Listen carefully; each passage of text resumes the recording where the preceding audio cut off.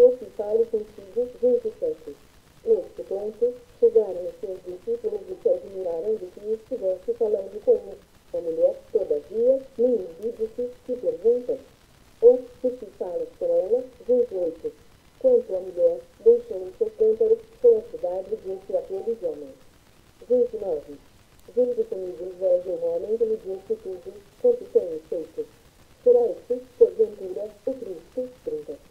Saíram, pois, da cidade e vieram ter com ele 32. Nesse íntimo, os discípulos lhe rogavam, dizendo: Mestre, come. 32. Mas ele lhes disse: uma comida tenho para comer, e vós não conheceis. 33.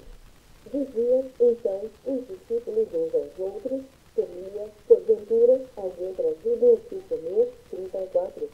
Disse-lhe Jesus: a minha comida consiste em fazer a vontade daquele que me enviou e realizar a sua obra. 35. Não dizeis vós que ainda há 4 meses até a ceifa? Eu, porém, vos digo, erguei os olhos dos campos, pois já brancejam para a ceifa. 36.